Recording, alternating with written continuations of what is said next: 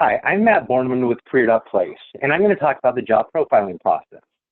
Job profiling is the art of breaking down the job into components that distinguish the top performers from those who aren't qualified. And this generally proceeds along three key steps. The first is identifying the minimum qualifications. These are the things that you have to have day one coming into the job. The second step is defining the required traits and characteristics, i.e. the traits that really distinguish the top performers from those who will be less successful. The third step is measuring the skills through work samples and interview questions to ensure that candidates will be able to perform the job at a high level. Today we're going to be focusing on defining the required traits and characteristics. We'll go through how to identify the traits, how to choose assessments, and then how to set up your testing parameters. And I know it sounds complicated, but I'll show you how easy it can be. But before we start, let's first talk about what are traits. Simply put, traits are stable behavioral tendencies. And there's two key elements to that phrase. The first part is stability. These traits are stable over significant periods of time. That is, you can't change them with a good glass of wine or which side of the bed you woke up on. The key thing is that they're stable and you can measure them accurately. The second part is that they're behavioral tendencies, i.e. how you act, especially in the workplace. That means it's not what you look like, it's nothing about your physical characteristics, it's simply how you behave in the workplace. So now that we know what traits are, let's talk about how to define the required traits, and this proceeds in three steps. The first step is identifying the traits by talking to your subject matter experts. These are going to be high-performing incumbents or supervisors who really know the job well and what it takes to be extremely successful in that role. The second step is, once you know the traits that you're going to look for, is to choose to do that. With career.place, we do this for you, but if you want to look at an outside source for assessment, we'll provide you with a list of some questions to ask. The third step is defining the testing parameters, and that is how you use the scores that come back from the assessments that you administer. Again, with career.place, we do this for you, but you can change them. So right now, I'd like to talk about two different types of workers and who we're looking to differentiate. First off, we have your top performers. These are going to be your consistently high-performing individuals who are models for other coworkers and ultimately who you want to hire. You want to get more top performers into the position. In distinction, you want to avoid trying to hire those who will be bottom performers, i.e. those who perform inconsistently or need a lot of extra supervision. You really want to avoid hiring those as much as possible. So the key question is, what traits or characteristics distinguish the top performers from the bottom performers? I.e., what do the top performers have that the bottom performers don't? So let's talk about an example for a customer service representative position. Imagine we talk to some subject matter experts and come up with a whole host of traits or behavioral tendencies that distinguish the top performers from the bottom performers. And you can see this list here on the right. But that is a lot of stuff there. Those are a lot of traits. And if you try to assess for all of that, your time assessment is going to be 45, 60, 90 minutes. And a lot of candidates will drop out of the process and not be willing to answer that many questions. So how do we whittle this down? Ultimately, we want to choose traits, and we need to choose the traits wisely. So to make sure we choose our traits wisely, we need to ask two important questions. The first question is, how important is that trait to successful job performance? Simply put, the second question is, do increasing levels of the trait lead to better job performance? In other words, is it actually predictive of success on the job? As a bonus, you can ask these two questions to your subject matter experts and document this, which will help you with compliance issues down the road. So now, returning to our customer service example, let's apply our two questions to this example. We've asked our subject matter experts to rank the list of traits, which you can see on the right here. That's one strategy to help really determine the importance of the traits.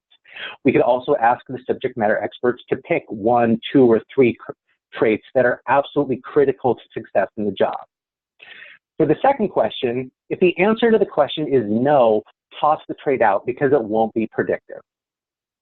So continuing with the example, let's choose the top 2 traits that are absolutely critical and go with those. And by going through this process, we know that we have chosen wisely, chosen our best traits. Next, let's talk about choosing assessment. Again, with career.place, we've done this for you and have provided you with free, highly valid assessments. But if you want to go outside with a test vendor, here are 4 questions you should be asking. The first question is on the reliability or consistency of measurement. That is, you would expect scores on the assessments to be stable over a long period of time. The second question is on the validity of the assessment. Does the assessment actually measure the traits that it claims to measure? The third question is it predictive? Do scores from that assessment predict on the job performance? The fourth question is adverse impact for protected groups, or do members of one protected class score significantly lower than members of another protected class? Professional test developers can speak to all these, and they should be able to provide you with data to answer each of these questions. If they can't, or if they won't, that is a red flag, and you should probably move on to another test vendor. Next up is testing parameters. How are you going to combine the scores that you get back from the assessment, and how are you going to determine who is going to move on? Returning to our customer service example, imagine you have 50 applicants to the customer service position with scores on cooperation and scores on detail orientation. How are you going to combine those scores? How are you going to determine who's going to move on in the hiring process? With career.place, we set this up for you with fantastic defaults that will get high-quality candidates moving on. But if you would like to talk about setting up some advanced options, please contact me and I'd be happy to talk you through it. So today we talked about defining the required traits and characteristics for the job. This webinar will talk about how to measure the skills to make sure that only the best candidates who will be highly successful on the job move on. Up next, I'd like to take you through a career.place demo, and we'll show you how to get assessments set up on our website. Now remember our 3 steps from earlier, identifying the traits, choosing the assessments, and defining the testing parameters. Well, with career.place, we've done steps 2 and 3 for you, so you don't have to think about those. We've even helped you with step 1. So let's take a look at our site.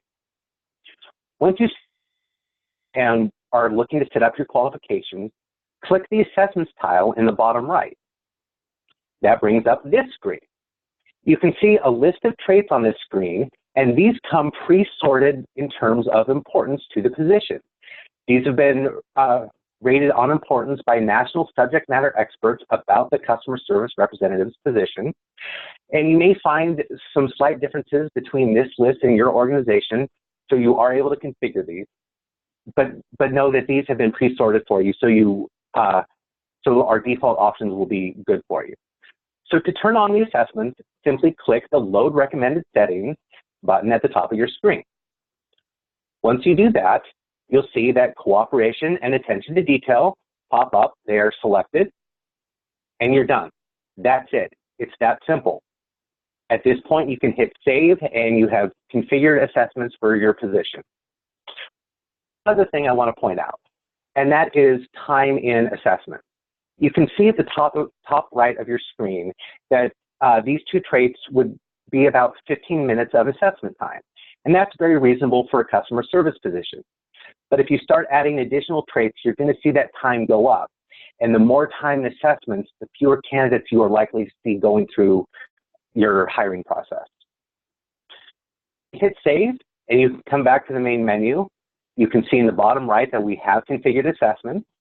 On the top left there, you can see the total time in the qualified stage. And in the top right, you can see the total time for the entire selection process. So pay attention to those numbers, and good luck getting some great candidates coming through. So thank you. I'm Matt Borneman with career.place, and I'd now like to open it up to some questions.